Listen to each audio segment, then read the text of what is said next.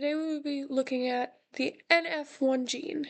The NF1 gene, properly called the neurofibromin 1 gene, is located on chromosome 17, more specifically on band Q11.2. Mutations of this gene cause the disease neurofibromatosis type 1, also known as von Recklinghausen's disease.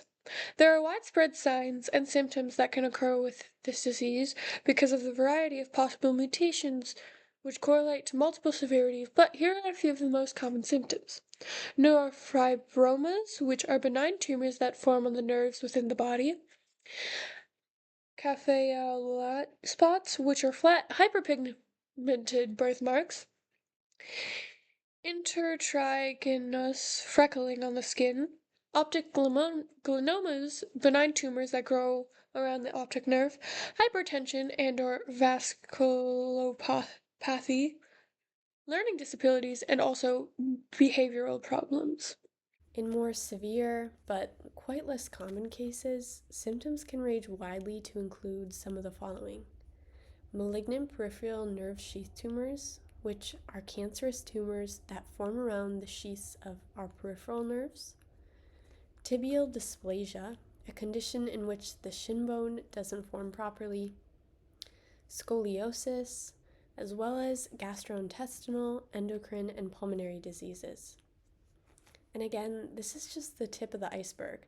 The expanse of possible symptoms varies widely from case to case due to the sheer number of different mutations that can occur in the NF1 gene. About 1 in 3,000 people worldwide have neurofibromatosis type 1, which equals about 120 people being born with the disease each day.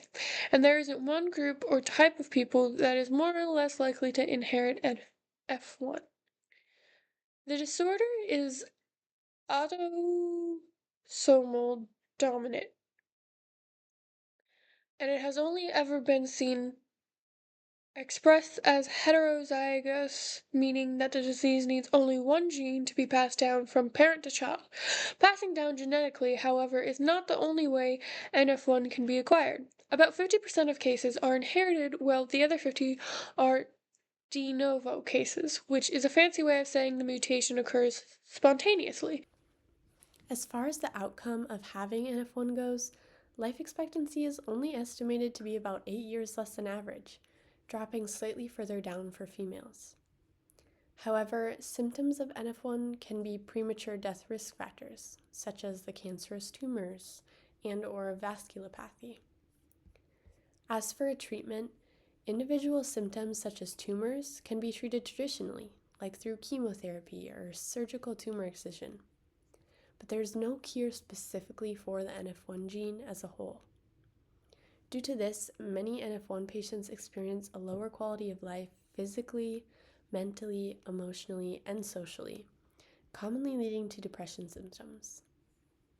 Mutation of the NF1 gene. These alter the sequences of DNA in the gene, therefore changing the final outcome of the protein synthesized from the gene. In this case, that is the neurofibromin protein, which we will discuss after looking at the specific mutations of the NF1 gene. For mutations of the NF1 gene, we will be looking at severities from least to most severe. These are all categorized by typical severity, but they could differ in certain cases. Generally, the least severe mutation of the NF1 gene is a missense mutation. In this case, only one nucleotide of the DNA sequence is altered, meaning that the neurofibromin protein resulting from it is only slightly affected. This picture shows an example of some of the most common missense mutations relating to NF1 and their respective codons, ranging from codons 844 to 848. Next is the nonsense mutation. This occurs close to 20% of the NF1 cases. This causes a stop codon to be inserted early, making the neurofibromin shorter than normal. This early stop can either inhibit certain functions of the protein, or, if early enough in the sequence, completely destroy all functions to the protein. Moving to more severe cases, we first have small insertions and or deletions. This photo shows an example of a few common small deletions that can occur in the NF1 gene. These usually delete too much for the produced protein to function properly. And finally, the most severe case happening in about 5 to 11% of NF1 patients is a whole deletion of the NF1 gene. In this case, the neurofibromin protein is not present in the body, meaning that the symptoms of NF1 are the worst. A larger number of intensity of neurofibroma tumors are present in these patients, and they have a higher risk for the worst symptoms.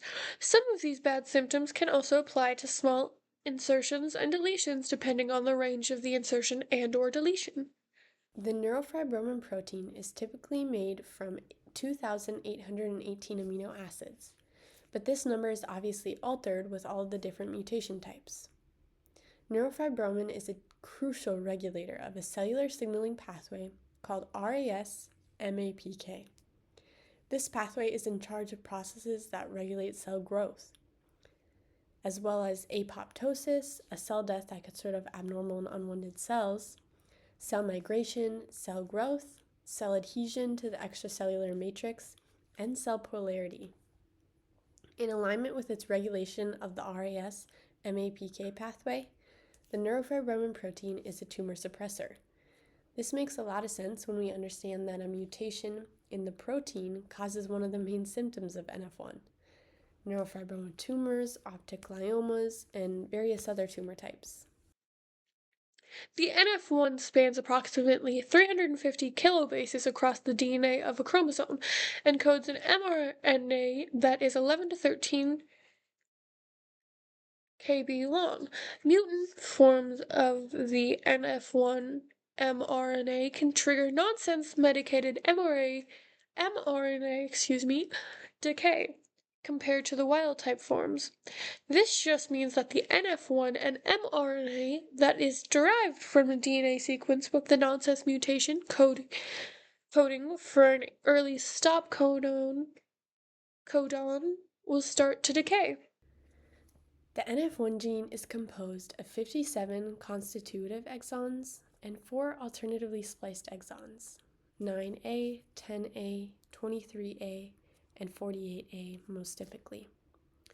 Constitutive just means primary exons, and the alternatively spliced exons just mean that these different exon combinations can create slightly different neurofibromin proteins that function for more specific purposes.